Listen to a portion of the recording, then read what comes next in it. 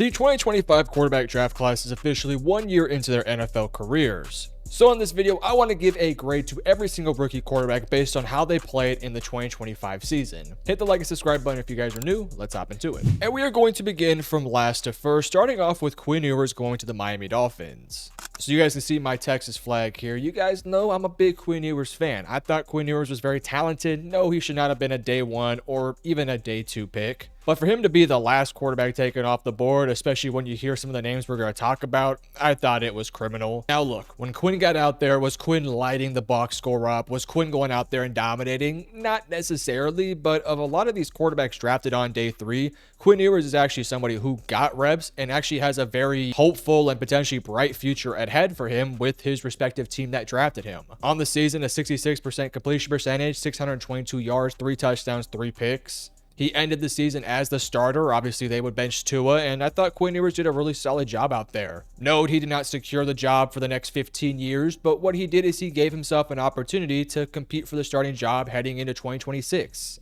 The bad news for Quinn is that they did just fire his head coach, so we're going to have to figure out what the new coach is and whether or not Quinn Ewers fits into their long-term plans. But regardless of what happens in the future, I say for a guy that was drafted in the 7th round, one of the last picks of the draft, for him to be able to compete for a starting job and have 4 starts to his name, or I guess 4 games which he played in, 3 starts, 4 games played in, this one gets an A. Again, this is the last quarterback taken in the draft, and he played 4 games this year, and he looked pretty sharp in those games, and he's going to be able to compete for the starting job in the offseason.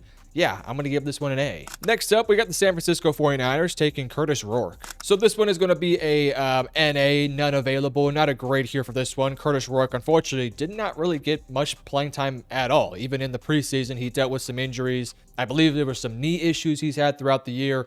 So he hasn't really gotten any opportunities. Unfortunately, with San Francisco, there's some pretty good quarterbacks in that room, Purdy and Mac Jones. We'll see what happens with Mac Jones this offseason. Maybe that could promote Curtis Rourke to QB2, so this one gets a none available. Next up, the Raiders took Cam Miller. Same thing kind of applies here. Cam Miller did not play in any game this year, but he did play in the preseason, so I will give this one a not available grade just because he didn't play in the regular season. But if we're going to base off what he did in the preseason, then maybe like a D to D minus. In the preseason, he did play in all 3 games, 20 for 37, 203 passing yards, a touchdown, an interception, and was sacked 7 times. Nothing particularly special within those stats, so I don't think there's much to take from it. So I'll give him an NA just because he didn't play in the regular season. All right, next up at number 10, we got the Houston Texans taking Graham Mertz. When this pick was taken in the draft, I was completely baffled by this decision. I thought, why not just take Quinn Ewers? Why not take Curtis Rourke? I don't know. This pick was just kind of a wasted pick in my opinion. I do have to give this one an NA. He did not play in any of the regular season games. Even though CJ Stroud missed time, he did not get a single snap this year. He did play in the preseason, and I mean, let's just be honest here. Let's not lie. He played bad. His first game, he had 7 completions for 27 yards and had 3 interceptions. The second game, he only had 2 passing attempts for 2 yards. And in the third game, he got a little bit of some more reps, and he actually played decently well in that one. 14 of 16 for 145 and a touchdown. Hopefully he can build off that 3rd preseason game. Obviously, I think he has a lot of talent, but yeah, this one gets an NA for me. Next up, the Indianapolis Colts take Riley Leonard. So I gotta be honest with you guys, I really would have liked to have seen a bit more of Riley Leonard this season, especially with the Daniel Jones injury. The Colts decided to stick with the veteran and Phillip Rivers, which kind of worked out. Phillip played pretty well for them, but it is kind of confusing as to why they did that because their season was completely over with at that point. They weren't going to get Daniel Jones back, so why not try out Riley Leonard, who showed some glimpses, had some good moments this year. The stats definitely aren't pretty. 58% completion percentage, 415 passing yards, 2 touchdowns, 3 interceptions. But he also had 2 rushing touchdowns and 27 extra rushing yards as well, so take that into your grand total. I thought for the most part, Riley Leonard actually looked decently well. I mean, he had some boneheaded plays. Some of those interceptions were a little frustrating. One of those interceptions was in a game versus the Jaguars where he was just kind of thrown out there, so I can give him some sympathy for that one. He came in cold, threw an interception. I can't really blame him for that. No, I don't think Riley Leonard is the future, but I could see Riley having a very similar tenure with the Colts that like a Sam Ehlinger had for them. By the way, YouTube, shout out Sam Ellinger, love that guy. But Sam was on the team for multiple years, filled in as a spot starter, was a really reliable backup. That's kind of the vibe I'm getting from Riley Leonard. When he got moments to play, I thought he looked pretty good. First, in the game versus Houston, he had 270 passing yards. Now, sure, Houston benched a lot of their starters, but still, I thought he looked really good out there. So for this pick, it gets a B+ for me. We're talking about a later day three pick that is going to be a solid backup and potentially a spot starter for you. So I think that's a very good pickup. Next up, the Pittsburgh Steelers took quarterback Will Howard. So I actually like the Pittsburgh Steelers taking a flyer on Will Howard. I thought Will Howard was actually a quarterback that if he was taken as like a 4th round pick, I did not hate the pick. And where Pittsburgh ultimately took him, I thought was a pretty good value for him. Now, unfortunately, we didn't get to see much of Will Howard this year. In fact, kind of trying to pull up the numbers here, I'm not seeing any preseason stats. So if he did play in the preseason, please let me know. I still like Will Howard. I still think he can be a quality bridge type of quarterback, a good backup that maybe could be a spot starter. I thought he was pretty good for Ohio State and Kansas State for multiple seasons. It's just a shame he didn't get any reps this year. Do I think Will Howard is the franchise quarterback for Pittsburgh? I don't know, probably not. But I would have liked to have seen him get some opportunities in the preseason, and hopefully in years in the future he will have a chance. I mean, the good news for Will Howard is, Aaron Rodgers ain't getting any younger. They're also not in a great position to draft a quarterback. So maybe Pittsburgh lets Will Howard compete for the job next year over a guy like Mason Rudolph or a Kyler Murray or somebody like that. So we'll see what happens with Will Howard. I definitely think he has a future in the NFL, whether it's a backup or as a starter. So I'm going to give him an NA because he didn't play this season, but I am interested to kind of follow his career and see where it ultimately plays out. Next up, the Philadelphia Eagles took Kyle McCord. So really weird year for Kyle McCord. He actually got released by the Philadelphia Eagles, which that's kind of baffling. It was always kind of a weird pick for Philadelphia because they already had Tanner McKee, and Tanner McKee is a pretty dang good solid backup quarterback, and he's pretty similar play style to a Kyle McCord. So it was a little baffling why they even bothered to take a backup quarterback when he was probably just going to be your 3rd string guy. Like, why not wait till round 7 to take a Curtis Rourke instead of spending an early day 3 pick on a Kyle McCord? I kind of thought that was a bit weird. But yeah, they ended up releasing him. Then they signed him to the practice squad, and obviously Kyle McCord didn't get a chance to play this year. So pretty disappointing there. And in the preseason, if the numbers are correct, I'm getting this from NFL.com website, didn't really do much of anything in the preseason. He had 1 touchdown, 2 interceptions, was sacked 2 times. He did have a game with 136 yards, but he was 15 for 35. So didn't really have the best of preseason showings. So we'll see ultimately how his career plays out. Tanner McKee's looked really solid. You obviously have Jalen Hurts. I'm not giving up on Kyle McCord, but it is a little bit like, what's going on with this guy if he's already getting cut and being put on the practice squad and not having impressive showings in the preseason. Next preseason, if he's on a team, which I'm obviously assuming he will be, is going to be important for him to show off some of his talent. So rooting for Kyle McCord, but we'll have to wait and see. Next up, at number 6, let's talk about Shedeur Sanders. I got to be careful with what I say here. If I talk too nicely about Shedeur, I'm going to get roasted and being called a fanboy. But if I am a little bit too mean for him, who knows what's going to be said about me. Look, here's what I'll say about Shedeur. I thought Shedeur was a talented quarterback. I did not think he should have been drafted in 5th round. I thought he should not have been drafted anywhere in the top, like 150. He should have been a top 50 pick, maybe even, a top 60. Yeah, a day 1 or a day 2 pick. For him to fall to day 3, I thought was very questionable. Now, obviously, there were some reasons as to why he did fall in the draft. Some of the off the field issues were legitimate. And when I say off the field, I'm just talking about some of the ego stuff, leadership stuff. I don't think he's a hothead off the field, but you get my point. You get what I'm trying to say. Some of that stuff was justified. Some of it, in my opinion, was a bit overblown because he is a Sander, because he has the name, the college career he had. He was put under a spotlight that frankly was kind of unfair to him. So when he got the opportunity to play in the regular season, I frankly thought Shedeur played okay. Now, the numbers are not spectacular. 56% completion percentage, 1,400 yards, 7 touchdowns, 10 picks. Not ideal numbers for a first-year starter, but if you watch the Browns the entire season, you would probably agree with what I say here, that the offense looked its best when Shedeur was on the field. Not saying the offense was great, because it definitely wasn't, but when Shedeur was out there with his full complement of weapons, Fannin, Quinshaw, Judy, etc., the offense actually had some explosiveness to it. They could actually kind of move the ball a little bit. There were some deep shots they were able to take. Hell, look at that game versus Tennessee. That was probably the best game of Shedeur's career, in the NFL at least. So there's something there, obviously. And again, we have to add the context that this is a guy that was taken on day 3. If he was a day 1 pick with these numbers, with the way he performed, it probably would have been like a D to a maybe even an F. But we're talking about a day 3 pick here. We're talking about a guy who was drafted 144th. So I'm willing to kind of give him a bit of a pass here and say, you know what? Worst case scenario, he's a solid backup quarterback that can create explosive plays. Best case scenario, Cleveland might have an actual franchise quarterback. It's not looking like it'll be franchise, but he's going to be able to compete for the job next year. And again, a day 3 pick. So I'm going to give this one a B-. I don't think Shedeur has been incredible so far in his career, but I think he's shown more than the next quarterback we're going to talk about. So yeah, I'll give this one a B-. Speaking of that other quarterback, at number 5, let's talk about Dillon Gabriel. So coming into the draft process, I didn't hate Dillon Gabriel, especially if you take him in like rounds 5, 6, or 7, just because that's kind of what I thought he was going to be drafted. I thought that was where he was going to get taken. And yeah, he's undersized. Yeah, he doesn't have a big arm, but you know, he's a fairly conservative quarterback that can get the ball in the right places, and he's not going to hurt your offense. Well, when you draft him in round 3 and you put the expectations on him and make him the starting quarterback early in the season, that's a lot of pressure to put on Dillon Gabriel, a quarterback that should never have been taken with the 94th overall pick, and he didn't play that great. Now, I do think that Dillon Gabriel will be a fine, serviceable third, second string quarterback for probably the entirety of his career. He's not a starting quarterback. He should never have been put into a starting spot for this Browns team, especially with how bad this Browns offense is. And I also just feel bad for the guy in general. Like, Dillon Gabriel didn't ask to be put in the same room with Shedeur Sanders. Dillon Gabriel wasn't asked to be a 3rd round pick. I'm not saying he's complaining, because he's probably making more money as a 3rd than he would have as a 5th or 6th, but still, I feel bad for the guy because, you know, he didn't ask for any of this stuff.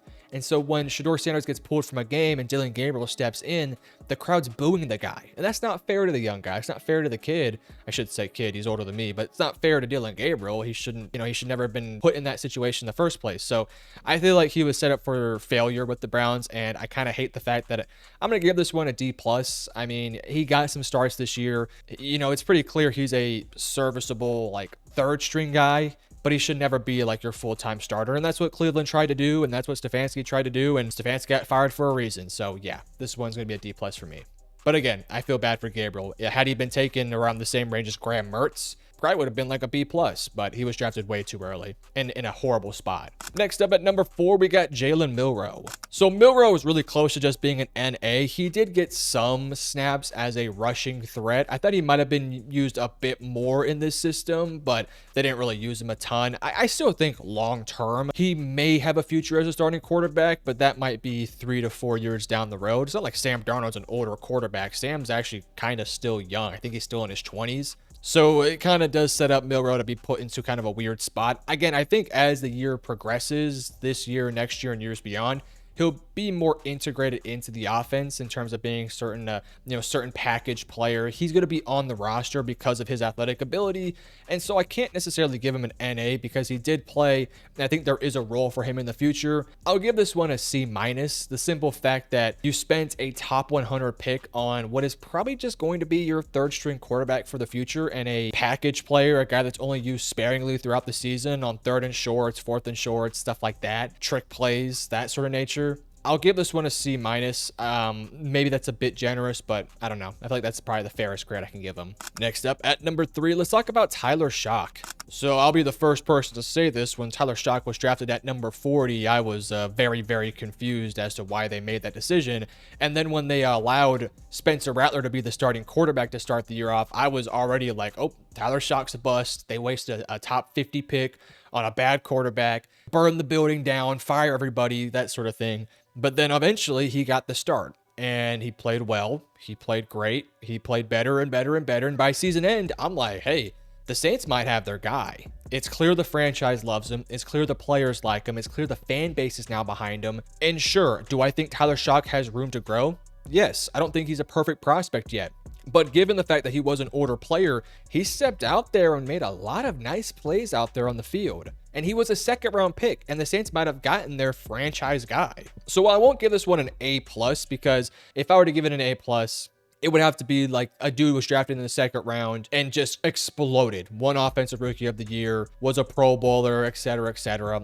Tyler Shock might win Offensive Rookie of the Year. He might get that, but I'm not going to give this one an A+. I'll give this one an A. I think he's been really good for the Saints, and the Saints have to feel really happy that they have seemingly their franchise quarterback. Great year for Tyler Shock. Great end of the season for the New Orleans Saints. They're going to have an offseason to get even more talented, and Tyler Shock will benefit from that. Next up at number 2, let's talk about Jackson Dart. So my thought process when they took Dart was I was also kind of confused. Now, I knew the Giants needed a quarterback. I knew that Dable coming into the season and Joe Shane had a lot of pressure to find that franchise quarterback. And so when they took Jackson Dart in the back end of round 1, admittedly speaking, it felt very desperate at the time. And let's be honest, it was a desperate attempt. Jackson Dart was not a first round talent per se. Now, as we all know, Jackson Dart's been really good, so it ended up working out for New York.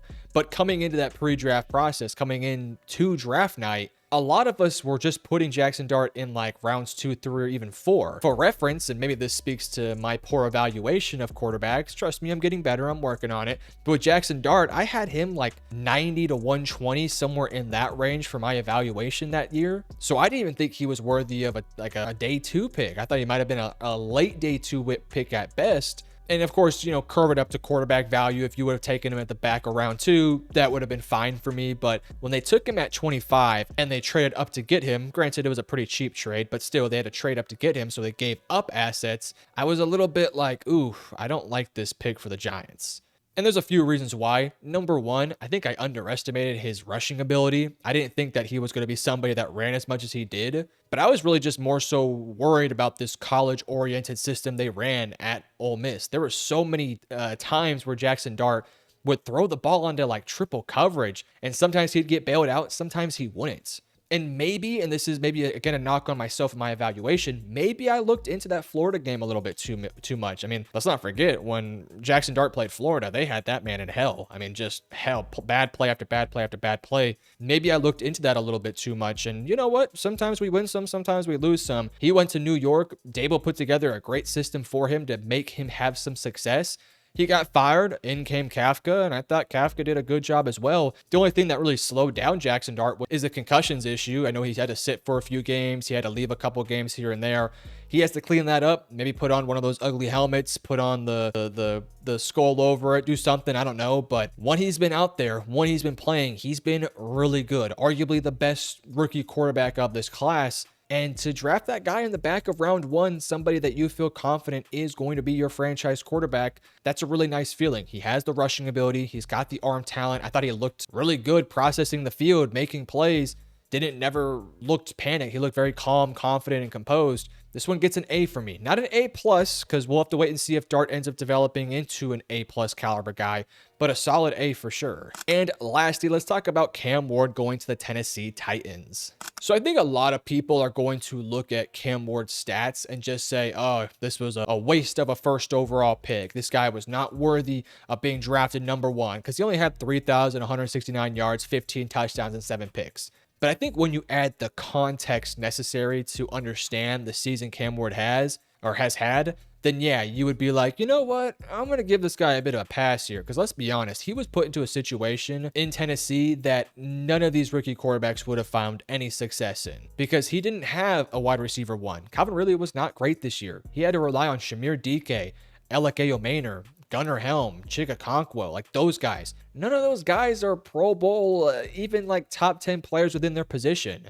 And a lot of those guys are young rookies that are developing and figuring their stuff out. He also played behind a horrendous offensive line, a defense that was up and down all year, mainly more so down, a coach that got fired early in the season. He had an interim head coach for most of the season. And yet despite that, he looked really good for a lot of the season. Now, it was a bit of a slower start. I thought really after that Chargers game, I thought that's kind of when he started to elevate his game, because after the Chargers game, I mean, you look at some of the games he had, a 251 game versus the Saints, 2 touchdowns in that one, 256 and a touchdown versus Seattle. That's a great defense. 170 and 2 touchdowns versus San Francisco, 228 and 2 touchdowns versus the Chiefs, played good versus the Browns. Like, Cam Ward played great to end the season. Now, that team has a lot of work to do, but I feel like they definitely have their franchise quarterback. Now, I can't give this one an A+, nor an A, nor really even an A-, because number one pick. If Cam Ward was drafted at the 5th overall pick, he'd probably be an A to an A minus. But because you're number one, there are such lofty expectations and lofty numbers you have to hit.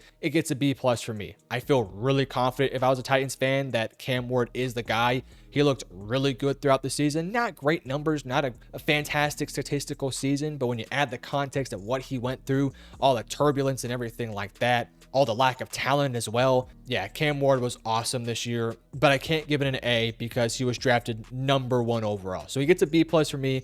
Maybe I'm being too harsh. I can maybe round him up to an A minus, so I'll give you guys that one. But yeah, you guys let me know in the comment section below what grades do you disagree with, what grades do you agree with, and if you enjoyed, hit that like and subscribe button. Love you guys. Peace.